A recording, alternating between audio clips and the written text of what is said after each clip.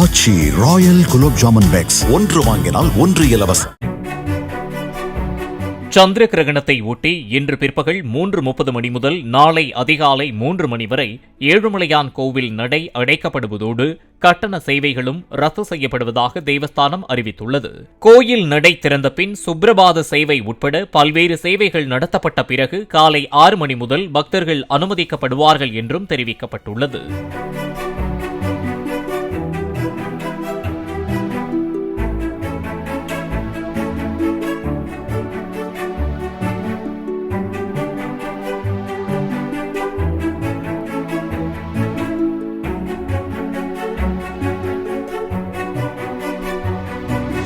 ஆச்சி Royal gulab jamun packs ஒன்று வாங்கினால் ஒன்று இலவசம்.